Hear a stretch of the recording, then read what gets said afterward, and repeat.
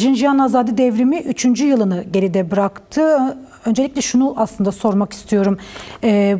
Kadınları bu devrime götüren süreç neydi, nasıl gelişti? Bu devrimde kadınlarda en fazla Rojava Kürdistan'ın halkının payı ne oldu bu devrimin büyümesinde? Öncelikle tabii ki bu devrimde Jinjiyan Azadi Serıldanlarında başta Jinamin olmak üzere şehit düşen bütün kadınları ve erkekleri anarak başlamak istiyorum. Ve Jinjiyan Azadi'yi bize bir yaşam felsefesi haline getiren tabii ki devrimci enternasyonel ve devrimci Kürt kadınlarını da anarak devam etmek istiyorum. Çünkü gerçekten şimdi konuşmamızı, bu sloganı, bu yaşam felsefesi haline dönüştürmemizi de yaşam yani bedenini bu uğurda bu yaşama dönüştürenler sayesinde bulunuyoruz. Bu devrim tabii ki 3 yıl önce bir kadının aslında İran rejiminin, Molla rejiminin en sert şekilde yaşadığı topraklarda İran'da kadınlara dönük süren aslında bir kırım, kadın kırımının en derin yaşandığı mekanlar olarak belirtebiliriz. Jin Amine'ye dönük sadece saçının bir teli gözüktüğü için yapılan bir katliamla başladı. Tabii ki İran'da, Rojava Kürdistan'da kadınların isyanı her zaman vardı. Yani o rejimin kadına dönük aslında bir bütün özgür yaşama dönük müdahalesi yaşamın her anında vardı. Bu anlamda kadınlar yani Rojava Kürdistan'da bulunan Kürt halkı ve halklar diyelim orada hep bir isyan içerisindeydi. Dönem dönem aslında geriye döndüğümüzde tarihsel olarak baktığımızda birçok zaman aslında bu rejime karşı bir serhildanlar silsilesi var. Evet. En son tabii ki Jinjiyan Azadi felsefesi de orada kendisini örgütleyen halk içerisinde büyük bir haykırışa döndü Jinamini ile birlikte. Ve bu hem gençlerin bir bütün erkeklerin de kadınların da bu isyana kalkışı oradaki rejimin bir soykırıma karşı sürekli işte idam rejimi, işte birçok yaşam hakkının elden alınışı bunlara karşı bir isyandı. Tabii ki bir de kadına dönük gerçekleştirilen bir kırıma karşıydı.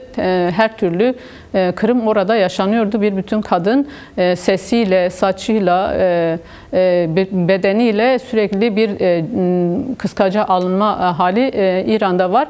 Tabii Rojava Kürdistan'da da Önder Apo'nun geliştirdiği Jinjiyan Azadi yaşam felsefesi örgütlenme ağını büyütmüştü. Bu da bir çıkış oldu diyebiliriz ve oradan da bir bütün hem Orta Doğu'ya hem de dünyaya yayılan bir süreç oldu.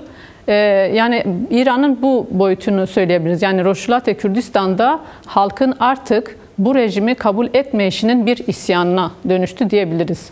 Evet, aslında Jinjiyan Azadi Serhildanı sürecinde bazı talepler de öne çıkmıştı ama hani genel olarak bu talepler neydi? Kadınların özellikle İran hükümetinden, oradaki sistemden, rejimden nasıl bir değişim bekliyordu? Kadınların duruşu nasıldı orada? Tabii yani aslında İran tarihi anlamda çok böyle rejim öncesi özgürlükçü yanları da olan bir yani tarihsel bir medeniyeti de barındıran bir toprak ve bu anlamda rejimle birlikte Molla rejimiyle birlikte kadınların bütün yaşamsal haklarının elinden aldığı bir döneme girdi kadınlar orada. Aslında kadınlar en doğal haklarını yani yaşam haklarını talep ettiler. Bu en çok işte onların yani bu bekçiler dediği sokakta polislerin, memurların, kadınların sürekli başörtüsüyle bile bir şiddet uyguladığı bir mekanizmayı bile reddeden bir süreç başladı. Ve kadınların bütün yaşamsal haklarını yani siyasette, yaşamda özgürlükçü yönlerini talebi gelişti ve bir bütün aslında rejimin bir baskıcı yönünü, yani sadece kadınlar için değil, toplum içinde, haklar içinde kadınlar ön açıcı bir yani mekanizmada bulundu ve hem kendileri hem de o toplumdaki baskıcı idamla sürekli korku mekanizmasını önüne katan bir şeyi yıkmak için talepleri oldu ve bu sıklıkla devam etti. Yani 3 yıldır da aslında kadınlar orada hala bu Jinjiyan Azadi felsefesini yaymak için de yaşamsal hale getirmek için de mücadele içerisinde diyebiliriz. Evet, devrimin dünyaya yansıması aslında şey olarak yani Jinjiyan Azadi Serhildanlarının etkisi sadece Rojava Kürdistan'da ya da Kürdistan halklarını etkileme boyutuyla kalmadı. Bir boyutu da dünya kadınlarına ilham olan ve dünya kadınları tarafından da çok konuşulan ve sahip çıkılan bir Serhildan oldu. Yansımaları neydi? Nasıl göründü? Dünyada nasıl okundu? Kadınları etkileme boyutu, dünya kadınlarını etkileme boyutu nasıl yansıdı? Tabii bunu şöyle değerlendirmemiz gerekiyor. Yani Jinjiyan Azadi olan yani bir ideoloji, bir yaşam felsefesine dönüşen bu üç kelime Önder Apo'nun 90'lı yıllarda başlattığı kadın üzerindeki çözümlemeleriyle devam etti ve bu Kürt kadın öncülüğünde aslında ilmek ilmek dokundu diyebiliriz. Yani dokuma o bütün hem Kürdistan'da hem Orta Doğu'da hem dünyada eğitimlerle, seminerlerle, çalışmalarla, örgütlenmelerle yayıldı. Yani kendi zeminini yaratmıştı ve hatırlarsanız Rojava devrimiyle birlikte aslında bu Kobani süreciyle devam eden ve DAEŞ'e karşı yani dünyanın aslında yenemediği bir zihniyeti Kürt kadınları Jinjiyan Azadi felsefesiyle birlikte mücadeleyle aslında dünyaya gösterdi. Bu onun bir devamıydı. Bu anlamda da bu üç kelime Rojava Kürdistan'da slogan halinde söylenince dünyaya yayıldı. Öncesi gelişen bir zemin bu süreci daha da aslında güçlendirdi.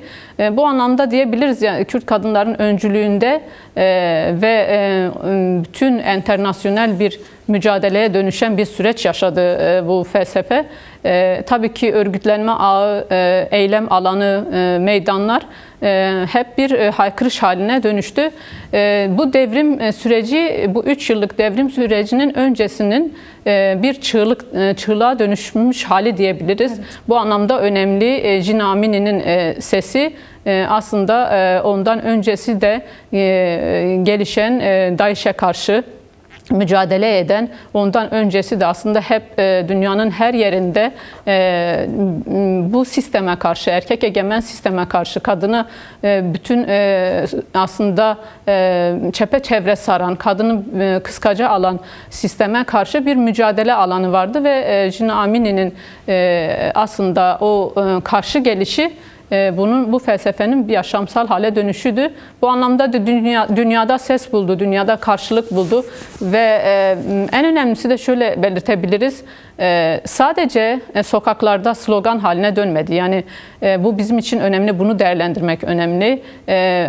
Bugün artık bütün kadınlar bu 3 kelime etrafında yaşam örmeye başladı bu sisteme aslında karşı.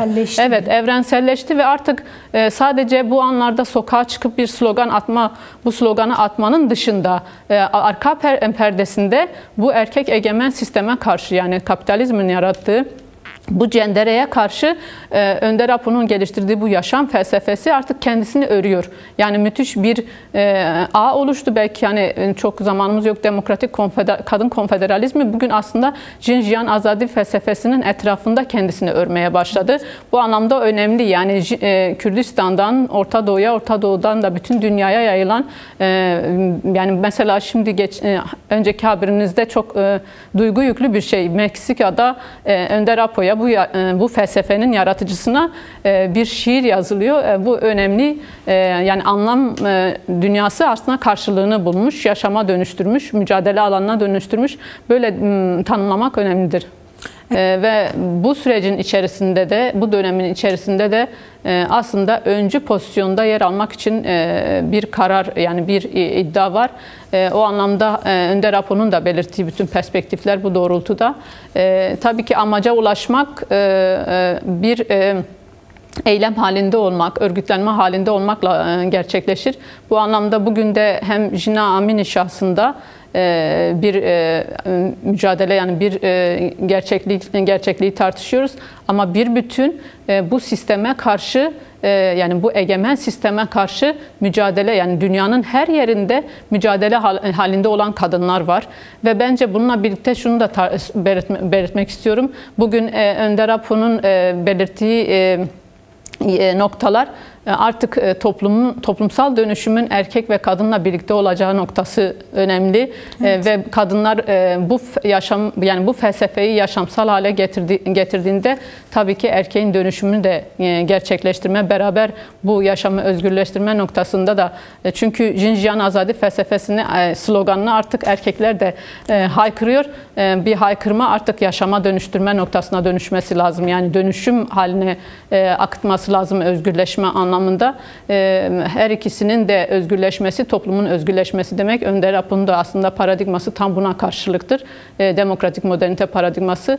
Bunun için de bugün önemli, yani bu felsefenin yaşamsallaşması önemli diyebilirim. Tekrardan da bu felsefeyi bize sunan Önder Apo'yu selamlıyorum ve tabii ki bu felsefeyi yaşamsallaştırmak için de mücadele içinde olan tüm kadınları da anarak bitirmek istiyorum. Çok